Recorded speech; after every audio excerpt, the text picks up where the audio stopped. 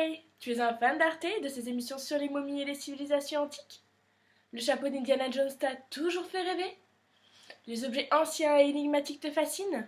Eh bien, tu sais quoi? Aujourd'hui, je vais te parler d'archéologie. Mon but, c'est de te faire découvrir ce milieu. Non pas grâce à Indiana Jones, ses chasses au trésor et toute cette poudre aux yeux, mais plutôt en te faisant voyager dans le temps et le monde à travers des milliers de questions et recherches sur l'homme et son évolution. Si tu es prêt, on attaque tout de suite avec la première question. Qu'est-ce que l'archéologie? Attends! Je te vois venir avec tes dinosaures? Attends. L'archéologie dont je vais te parler ne concerne que l'humain et son environnement, du début de son existence à nos jours. Les dinosaures, j'y viendrai sûrement plus tard, mais notre sujet est déjà beaucoup trop vaste. Donc, qu'est-ce que l'archéologie? Un peu d'étymologie pour commencer. Le mot archéologie vient de deux termes grecs anciens.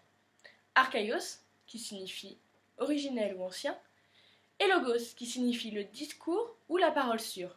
Si on traduit littéralement, ça donne le discours du passé ou la science de l'ancien.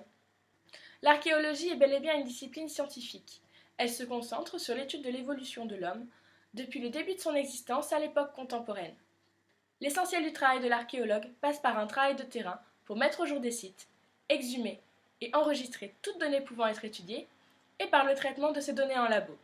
Que ce soit des outils, de la parure, des armes, des traces, des structures, du bâti, des sédiments ou tout autre élément microscopique, en fonction de leur matériau de fabrication, pérennes comme la pierre ou périssables comme le bois, ces données arrivent jusqu'à nous dans des états de conservation très variés.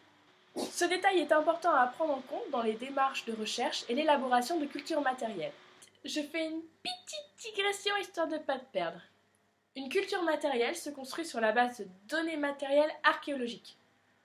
Des trucs qu'on trouve en fouille, quoi. Elles sont récoltées sur une séquence temporelle et géographique définie, que ce soit à l'échelle d'un site, d'une région ou même d'un pays.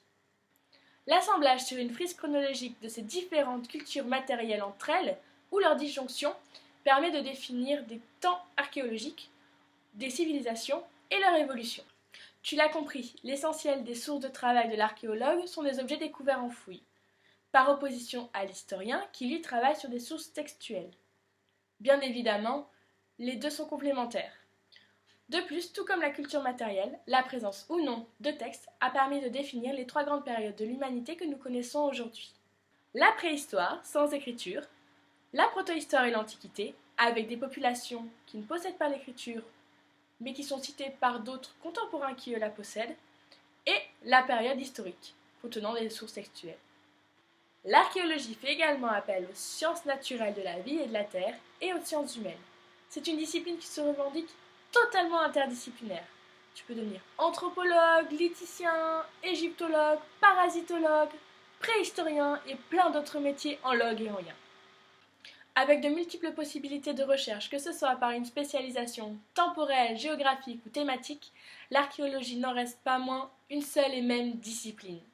Et puisque c'est une discipline scientifique, elle suit la même méthodologie de recherche que les autres. D'une découverte, l'archéologue se pose des questions et émet des hypothèses pour expliquer la présence de ce phénomène.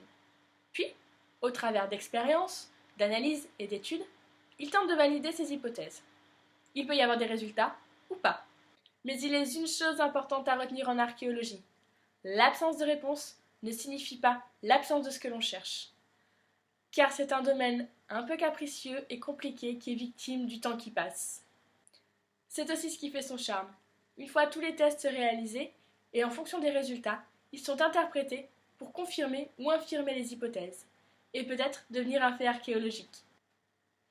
Et voilà, c'est la fin de ce premier épisode d'un temps archéo. J'espère qu'il t'aura plu, que ça t'aura donné quelques renseignements sur l'archéologie, et que tu as d'autres questions, et que ça t'a intéressé, et que tu vas vouloir voir la suite pour en savoir plus.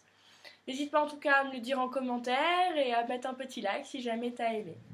Allez, ciao ciao!